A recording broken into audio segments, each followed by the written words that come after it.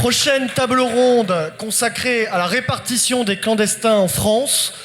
Nous évoquons ici une lame de fond, c'est celle de l'immigration de peuplement que subit l'Europe, que subit la France. L'islamisation en est, comme ça a été évoqué, une des conséquences les plus voyantes.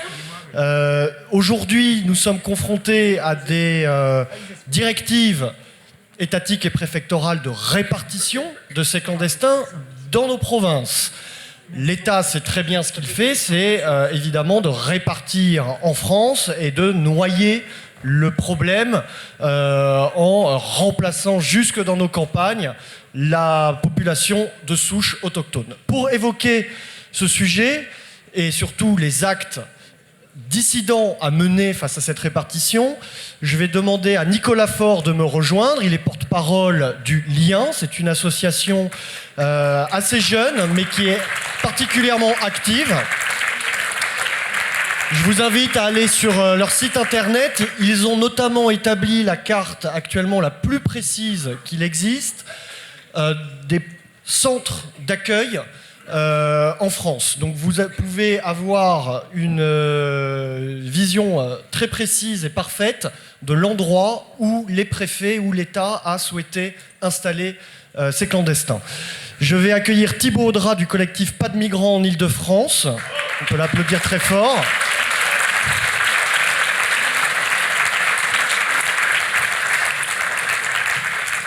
Et enfin, nous rejoint Aurélien Verracel du collectif Les Hauts-de-France sans migrants. Aurélien est par ailleurs président d'une association à Lille qui s'appelle La Citadelle, qui est une maison identitaire et patriote, et responsable de Génération Identitaire Flandre, Artois, Hainaut. Merci à vous d'être ici. Pour ouvrir cette table ronde, je voudrais faire un petit sondage avec vous et demander qui, ici, est confronté dans sa ville à l'arrivée, puisqu'il y a beaucoup de franciliens, beaucoup de parisiens, il y a beaucoup de répartitions de centres qui sont en voie d'ouverture en Île-de-France. Donc il est intéressant de savoir qui, concrètement au quotidien, est confronté à cette répartition. Est-ce qu'il y en a qui habitent des villes ?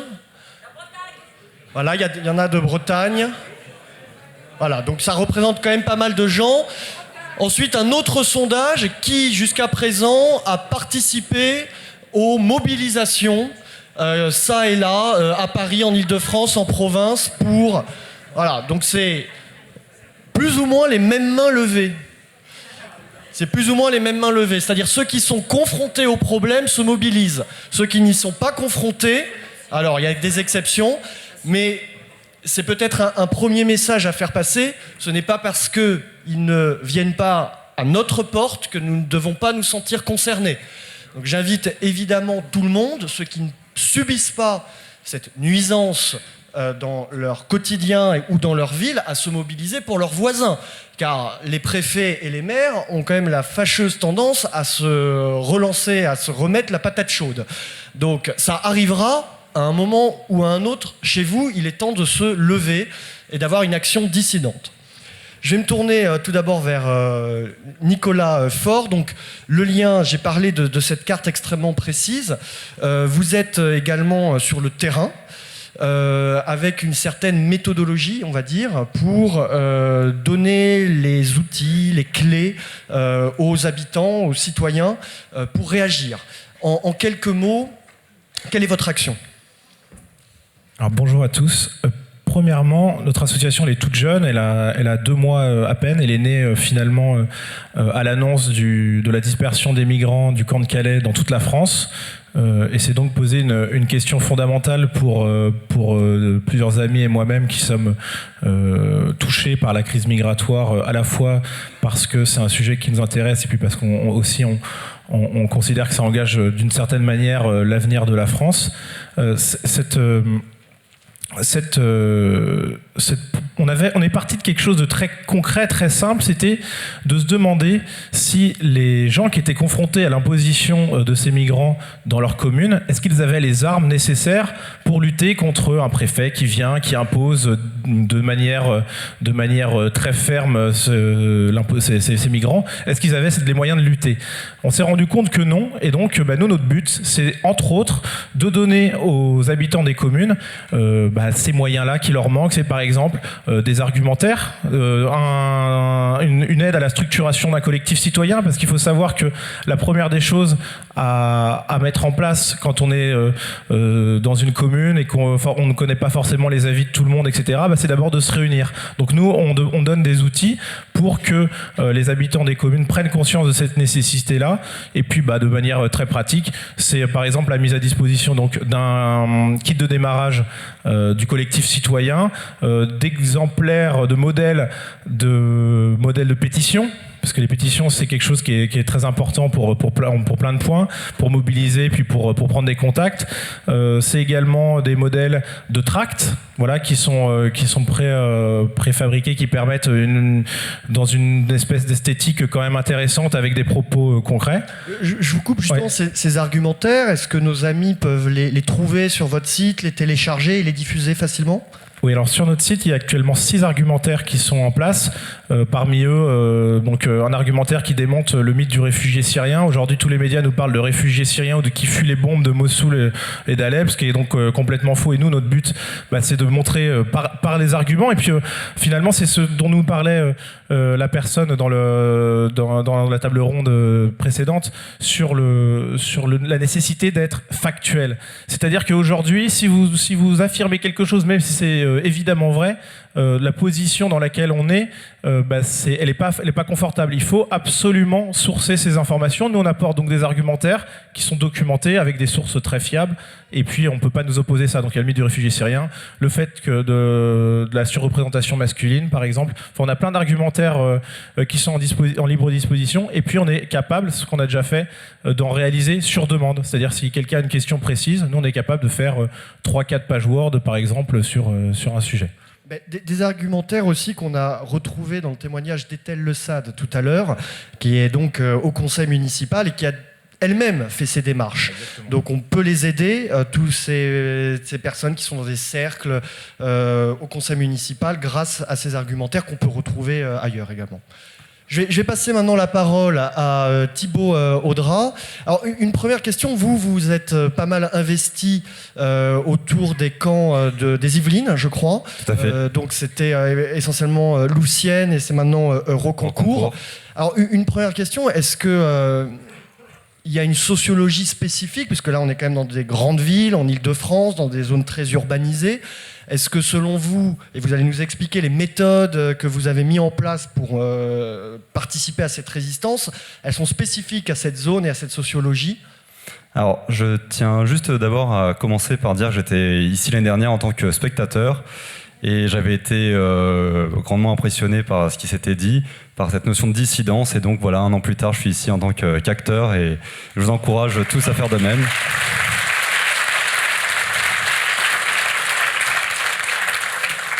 Alors donc concernant notre action, donc nous ça a tout simplement commencé par une page Facebook où on voulait recenser donc toutes les conséquences de l'implantation de migrants clandestins en Île-de-France. Et donc cette page Facebook a eu un grand succès et donc on a commencé à aller sur le terrain, voilà 2 mois. Donc en effet, on est vraiment mobilisé sur le sujet des Yvelines actuellement. Donc on est vraiment sur une sociologie particulière, de population plutôt aisée, pour qui peut-être la réussite professionnelle est plus importante que le fait de prendre en main leur destin politique. Et donc Aurélien nous dira tout à l'heure ce qu'il en est à Croisilles, mais nous, on n'a pas des gens qui sont prêts, je pense, à aller siffler sous les fenêtres du maire, comme ça a pu être le cas à Croisilles. Et donc nous, partant de la population qu'on souhaitait toucher, on leur propose juste une chose. Là, on vient de lancer ça la semaine dernière. C'est du harcèlement démocratique. C'est-à-dire, donc, nous, on voit 2 types d'individus, 2 types de maires. Il y a des maires qui sont favorables à l'installation des migrants, et ceux-là, il faut leur pourrir la vie. Donc,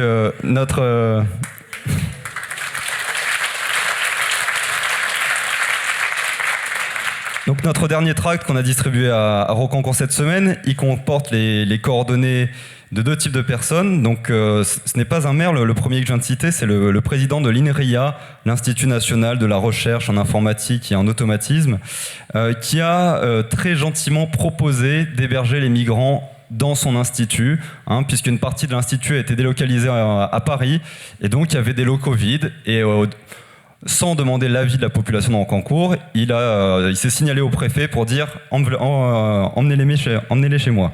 Donc on a mis ses coordonnées, et donc là on incite les habitants de Rocancourt à lui dire ce qu'il pense de son action, et de lui dire de se mêler de ce qu'il regarde.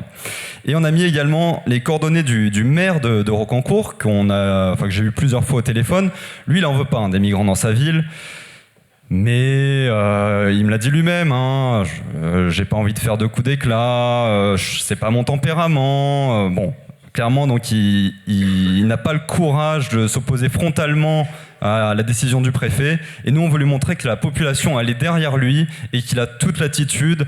La population lui délègue la possibilité d'aller plus loin que ses prérogatives. Donc tout à l'heure, on avait des maires qui nous expliquaient qu'ils étaient très limités, mais je pense que ce maire-là pourrait faire des actions fortes, des actions symboliques pour empêcher l'implantation de migrants dans sa ville.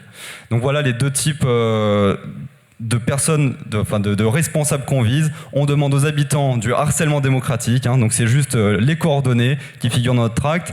Donc là, il y a une jeune fille du collectif qui a un paquet de tracts à la main. Donc si vous-même vous souhaitez participer, il suffit juste dès lundi. Lundi, on aimerait bien une grosse salve, que la mairie de Rocancourt et que le secrétariat de l'INRIA reçoivent énormément de coups de fil et de mails, parce que les migrants en question vont arriver vraiment soit la semaine prochaine, soit dans 2 semaines, et nous on estime qu'il n'est pas encore trop tard pour faire peur au directeur de l'INRIA et pour encourager le maire de Rocancourt à résister. Donc oui au harcèlement démocratique. Je vais me tourner maintenant vers Aurélien Vérassel. Avant de présenter le combat qui est le vôtre à Croisilles, il y a une question qui m'intéressait, d'ailleurs les autres pourront peut-être répondre. Est-ce que dans votre mobilisation, vous êtes confronté à ces personnes qui encouragent la venue des clandestins? Je ne vous parle pas des maires, qui sont souvent très politisés quand ils le décident, mais de ces citoyens qu'on voyait en début de vidéo applaudir, même s'il y avait clairement la volonté de faire de la propagande avec les images. Qu'est-ce qu'ils ont dans la tête? Et finalement, on parlait d'arguments juridiques, techniques. Est-ce que vous avez été confronté à des discussions avec eux pour leur expliquer qu'ils se trompaient sur le fond? Alors soyons clairs, nous n'avons pas vraiment rencontré de personnes qui étaient pour l'accueil des migrants. Pourquoi ? Sachez que dans de nombreuses villes, c'est davantage une pièce de théâtre qu'une vraie volonté populaire d'accueillir ces migrants. Prenons le cas de Croisilles, qui est le cas le plus flagrant dans notre région, qui a été sélectionné. C'est une ville qui a été sélectionnée par la préfecture pour être un CAO témoin. À savoir que les migrants qui ont été accueillis, les migrants clandestins, parce qu'il faut bien remettre les choses en ordre, ce ne sont pas des migrants, ce sont des clandestins qui sont là de manière totalement illégale.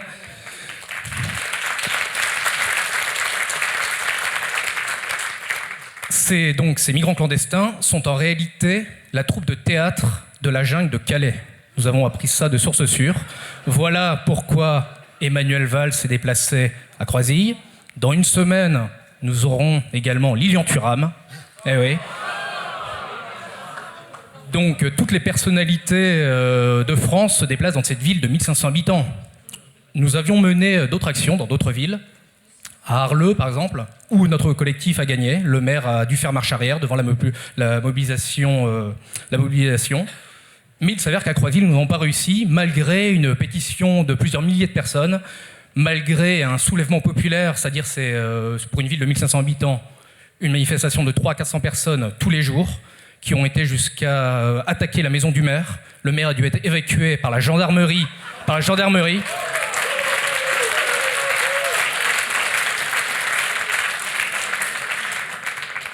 Donc, pour revenir à la question, les gens qui étaient pour, nous ne les avons pas vus. Sur le teaser d'ailleurs du forum, il y a en effet des personnes qui applaudissent des migrants qui descendent d'un bus à Croisilles.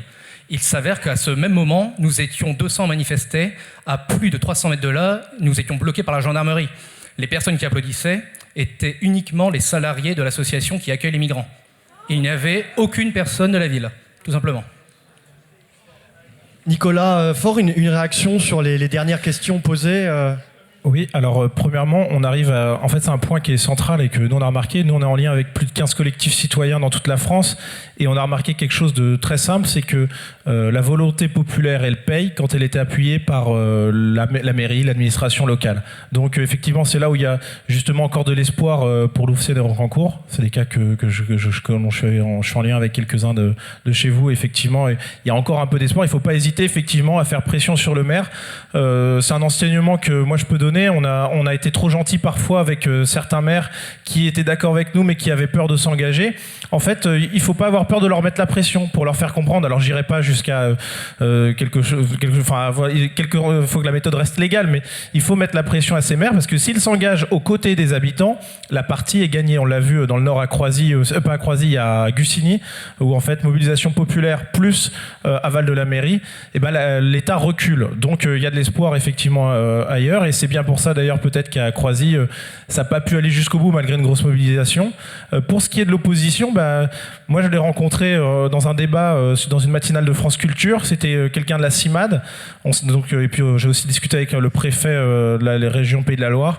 Donc moi je les ai mis face à leurs contradictions du mieux que j'ai pu je pense que ça n'a pas été complètement loupé puisque à l'occasion, donc toujours c'était à Saint-Brévin-les-Pins en Loire-Atlantique, à Saint-Brévin-les-Pins il y a eu l'organisation par le collectif citoyen parce que le maire et la préfecture ne voulaient pas d'une réunion d'information publique à laquelle étaient invités à la fois le préfet et la CIMAD a refusé de venir explicitement parce que j'étais là. Donc je pense que quand on est capable d'articuler un discours et de leur tenir tête, en fait on a raison, c'est-à-dire que argument contre argument on a raison, on gagne, il n'y a pas d'autre solution puisqu'on est à la fois dans notre bon droit et que les gens, oui, effectivement des gens qui sont vraiment favorables à l'accueil des migrants, il y en a quelques-uns, mais c'est rien comparé à la masse populaire qui est dans le pire des cas qui est vraiment défavorable à cette imposition de migrants. Donc on a des moyens quand on est capable d'argumenter, de mettre ces gens-là face à leurs contradictions, on gagne. Quand on a la mobilisation populaire et l'aval, et l'appui de l'administration, on gagne également. Donc là, il y a vraiment de l'espoir, il y a quelque chose à jouer pour tous ceux qui sont confrontés à cette imposition de migrants. Et puis, il ne faut pas hésiter à lutter, c'est vraiment le message qu'il faut retenir. Vous avez évoqué le droit. Je me pose une question qui est peut-être idiote, mais est-ce que cette répartition est légale ? Alors, c'est la grande question, c'est la plus importante. Il faut savoir que l'imposition des migrants dans des CAO, elle est réglée par le droit administratif et on a des arrêtés administratifs. Il s'est avéré que les actes administratifs en question étaient publiés après l'arrivée des migrants dans le CAO, ce qui fait que en droit, il est très compliqué de les attaquer. C'est une technique là qui est délibérée de la part de l'État de prendre les actes administratifs sur lesquels, si on n'a pas d'acte administratif à attaquer, en fait, on ne peut pas attaquer. Donc, ils les prennent après, c'est trop tard. Donc, effectivement, il y a quelque chose qui se joue. Simplement, dans plusieurs cas, et je pense notamment à celui de Pierrefieu-du-Var, qui est une commune que je suis également, il y avait un projet de 90 migrants dans un hôpital psychiatrique en lien direct avec les patients. C'est-à-dire qu'il y avait les migrants et les patients étaient reliés l'un à l'autre. Ils pouvaient se parler. Donc c'est un projet qui était absolument abradacabantesque. Et finalement, là, il y avait matière à attaquer juridiquement si on pouvait faire quelque chose. Simplement, en fait, l'État l'a très vite compris et a remplacé ces 90 hommes seuls par 14 personnes qui étaient en fait des femmes, des enfants, des familles. Donc là, ça a changé la donne. Mais attaquer l'État, c'est possible dans certains cas, mais l'État le sait parfaitement et se défend très bien. Justement, une question pratique. Est-ce que dans vos différentes expériences de mobilisation, vous êtes accompagné par des avocats ? Non, nous on est dans ce qu'on a fait jusqu'à présent, donc c'était principalement de l'information par l'intermédiaire de notre page Facebook, et puis du travail de terrain par détractage.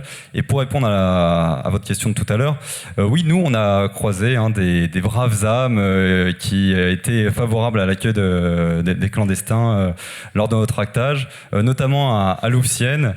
Donc il y avait très peu d'argumentaires en face. Donc c'est par exemple quand on distribuait le tract en disant oui, c'est pour s'opposer à l'accueil des clandestins. Et là, une personne qui tique tout de suite, mais ce ne sont pas des clandestins, ce sont des migrants, ce sont des réfugiés. Et elle s'est mise à nous insulter, dire qu'on était une honte, etc. Mais il n'y avait pas vraiment d'argumentaire. Après, on a eu la réaction compassionnelle. Mais les pauvres, ils fuient la guerre, etc. Moi, j'avais un argument, ce qui valait, mais moi, j'ai plus de compassion pour ma fille et pour l'avenir de ma petite fille, qui a 2 ans, que pour donc des personnes qui viennent de l'autre bout du monde. Et j'avais eu un échange avec un migrant quelques temps auparavant, puisqu'il faut savoir que juste à côté de chez moi, il y a une maison de retraite qui accueille des migrants depuis plus d'1 an à Triel-sur-Seine, alors qu'ils étaient à la base annoncés pour quelques mois. Donc on nous ment en permanence. Parmi tous ces migrants, il y a une majorité de Soudanais. Et donc, un de ces Soudanais à qui je suis allé parler, donc on s'exprimait tous les deux dans un très mauvais anglais, mais on a réussi à se comprendre. Et je lui ai demandé, mais pourquoi vous n'êtes pas arrêté au premier pays en paix, si c'est la guerre que vous fuyez? Et donc il m'a dit dans son excellent anglais, « All Africa is shit ». Donc, ce qui nous attend, c'est qu'1 milliard d'Africains qui vont venir ici, si All Africa is shit. Et non, ça, je n'en veux pas pour l'avenir de ma fille, je n'en veux pas pour l'avenir de la France, je n'en veux pas pour l'avenir de l'Europe.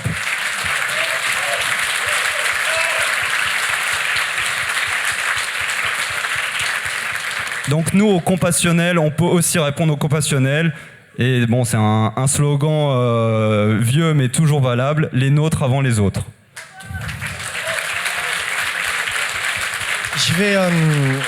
Je souhaite revenir sur un problème qui peut nous préoccuper, c'est celui de la patate chaude. Puisque une action qui réussit dans une ville, concrètement, la tactique de l'État, c'est d'ouvrir un autre centre à 5 ou 6 km. Quelle riposte un peu globale on peut imaginer face à ça? Aurélien Verhassel, si vous avez une réponse. C'est pas évident parce que l'État face à nous, il a 36 000 communes pour faire des dégâts. J'aimerais l'avoir. Il s'avère qu'en effet, j'ai été également à Gussigny. Nous avons le maire s'est levé contre l'arrivée de ces migrants, il a gagné. À Arleux également, mais oui, c'est vrai, ils sont envoyés dans la ville d'à côté. Là, ça devient vraiment compliqué. Si l'État ne prend pas ce problème en main, par exemple en mettant en phase ce concept de ce que nous appelons nous la remigration. C'est-à-dire c'est le renvoi systématique de tous les clandestins qui sont en France. Si nous ne mettons pas en place ce système de remigration, nous ne le réglerons jamais. Car là, la jungle de Calais est évacuée. Ce sont 10 000 autres qui arriveront. Ce sont 200 000 clandestins qui arrivent par an, c'est-à-dire l'équivalent de la ville de Lille quand même. Genre, ce problème est infini. Qu'allons-nous faire? Nous allons accueillir 1,5 milliard d'Africains, sachant que le Nigeria fait plus d'enfants que la totalité de l'Europe réunie. À toutes ces bonnes âmes qui nous disent « oui, ils sont malheureux, il faut les accueillir ». D'accord, accueillons 1% de Syriens, 1% d'Irakiens. Mais qu'allons-nous faire? Nous allons accueillir tous les miséreux de ce monde. Je suis désolé, je considère que l'Europe n'a pas accueilli, la France n'ont pas accueilli toute la misère du monde, qu'ils se débrouillent chez eux, et si cette immigration est une chance pour la France, eh ben qu'elle le soit aussi pour leur pays d'origine.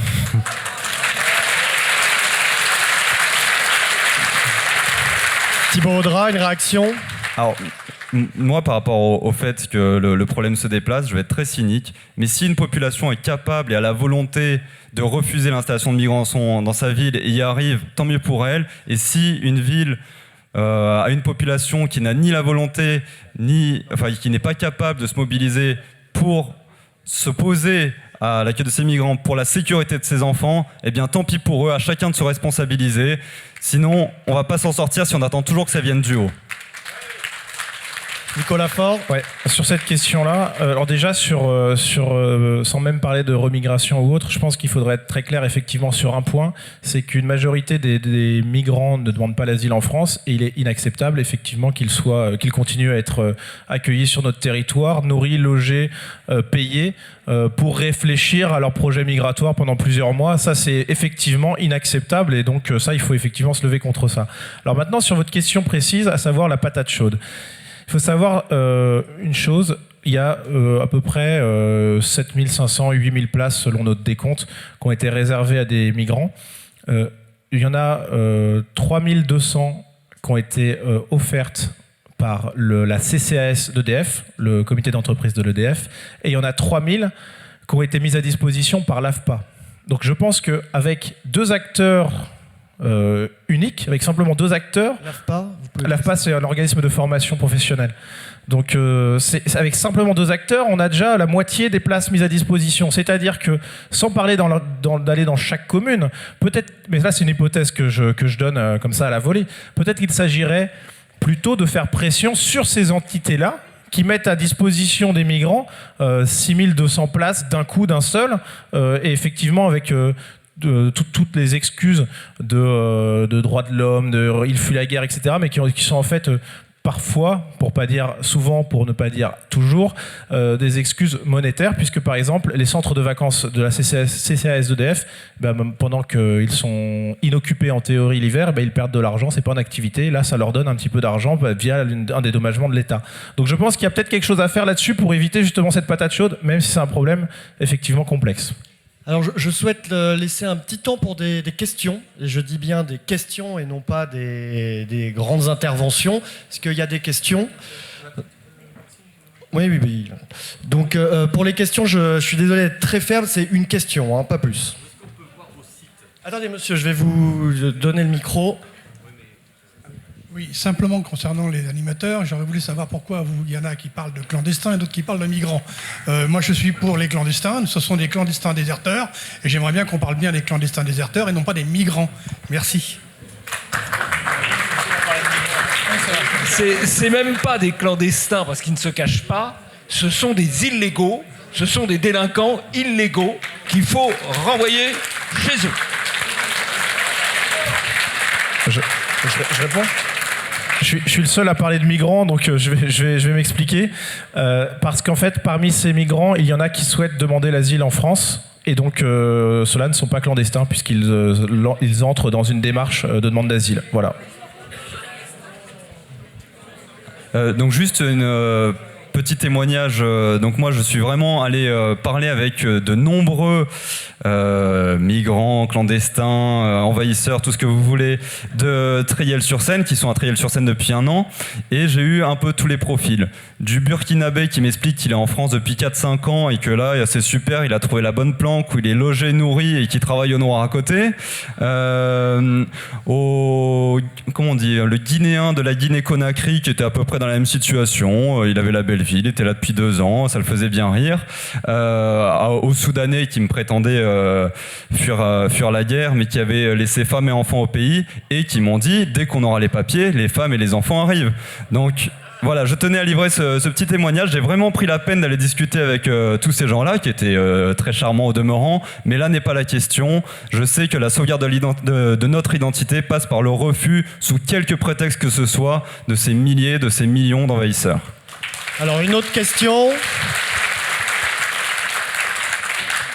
Oui, je m'adresse à propos de ce que vous disiez à l'instant, les demandes d'asile en France.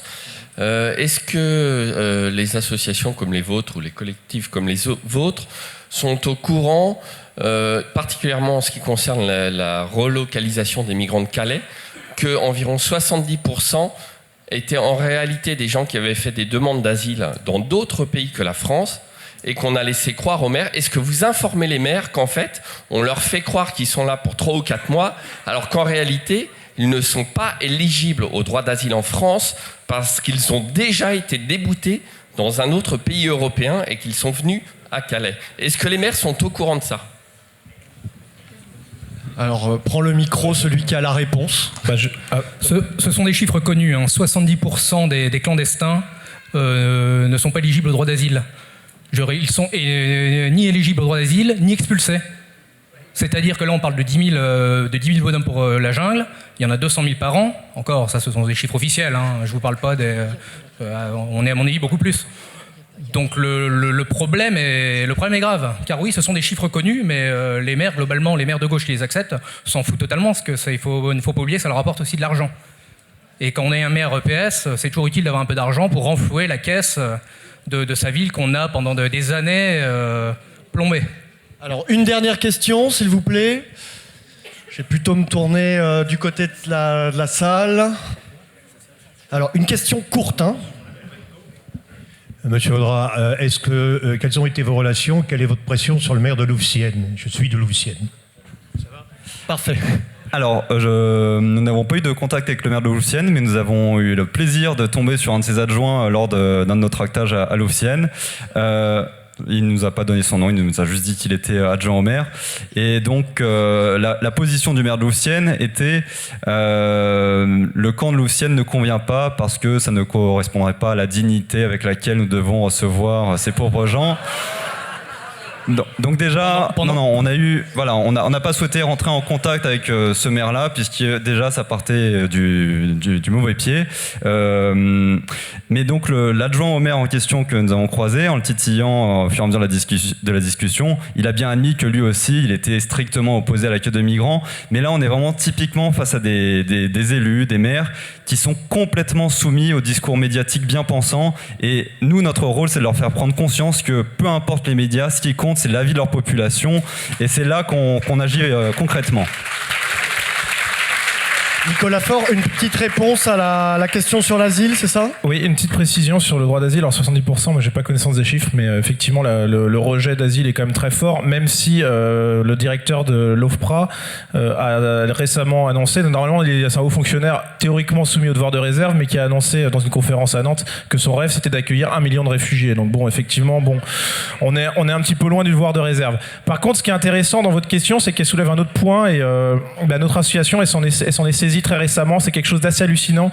Très rapidement, un migrant, quand il arrive en Europe, s'il demande l'asile en Grèce, par exemple, il a plus le droit de demander l'asile en France. C'est le dispositif Dublin 2, Dublin 3, Dublin, pour être... voilà. Et ce qui est extraordinairement grave, et franchement, je pèse mes mots, c'est quelque chose qui est extraordinairement grave, dans certaines communes de France, l'État français, la préfecture, prend des libertés quant au règlement européen de Dublin. C'est-à-dire qu'il passe outre ce règlement-là pour accorder aux migrants qui ont déjà demandé l'asile dans un autre pays européen l'asile en France. Et c'est quelque chose de gravissime et qui demande très clairement à être poursuivi en justice, et nous nous y emploierons. Aurélien Véracel, un mot en plus? Je voudrais juste rebondir sur ce concept de dignité qu'on nous envoie à la figure régulièrement, que les élus nous envoient, mais pense-t-il à tous ces Français? Pense-t-il à tous ces Français qui meurent de froid dans la rue? Plus de 400 depuis janvier. Est-ce qu'ils pensent à la dignité de les loger? Eux qui sont notre sang, nos parents, nos amis, eux qu'on croise tous les jours dans la rue, en bas de chez nous par exemple. Est-ce qu'ils pensent à cette dignité-là, la dignité de ces hommes, au lieu de penser à la dignité des hommes qui ont traversé la moitié de la planète pour venir profiter de notre système économique? C'est pour ça que ce concept me révulse un peu. Voilà. On va applaudir très fort Nicolas Faure, porte-parole du Lien. Alors, je vais leur demander juste de redonner très rapidement le nom de leur site pour que tous nos amis puissent aller récupérer les argumentaires, éventuellement voir comment sont montées les pages Facebook, Twitter, et faire de même sur leur ville ou leur village. Alors, normalement, vous avez tous reçu sur votre chaise un petit papier avec ces données-là, mais je vous la redonne très rapidement. Le site internet, c'est www.liberté-entraide.fr. liberté-entraide.fr. Voilà. Thibaut Audra sur le collectif. Oui, donc nous c'est une page Facebook, il suffit de taper donc pas de migrants en Ile-de-France, et on a également une adresse internet, donc si vous souhaitez vous engager de nos côtés ou même nous envoyer des informations. À la base, nous on avait commencé par juste vouloir diffuser de l'information, donc notre adresse mail c'est pas de migrants en IDF en Ile-de-France @gmail.com, donc c'est aussi sur le tract qui a été distribué. Et juste pour finir sur une touche positive, nous notre véritable première action, c'était à Verneuil-sur-Seine où un camp de migrants sur la base de loisirs était annoncé en septembre. Là, on n'était pas du tout encore dans l'idée de faire des tracts, d'aller voir la population. Juste aux quelques membres du collectif, on est allé voir à la mairie tous les jours, on a appelé tous les jours, on est allé voir la base de loisirs. Donc ils ont dû croire qu'il y avait des dizaines, des centaines de personnes qui venaient les voir pour leur dire qu'ils étaient totalement opposés à la création de ce camp de migrants à Verneuil-sur-Seine. Eh bien, il se trouve que ce projet n'a pas vu le jour et on aime à croire que c'est un peu grâce à notre action, et y compris celle du maire qui a senti qu'il y avait des gens derrière lui pour s'opposer à ceci. Aurélien Véracel, pour ceux qui souhaitent se mobiliser dans le nord de la France.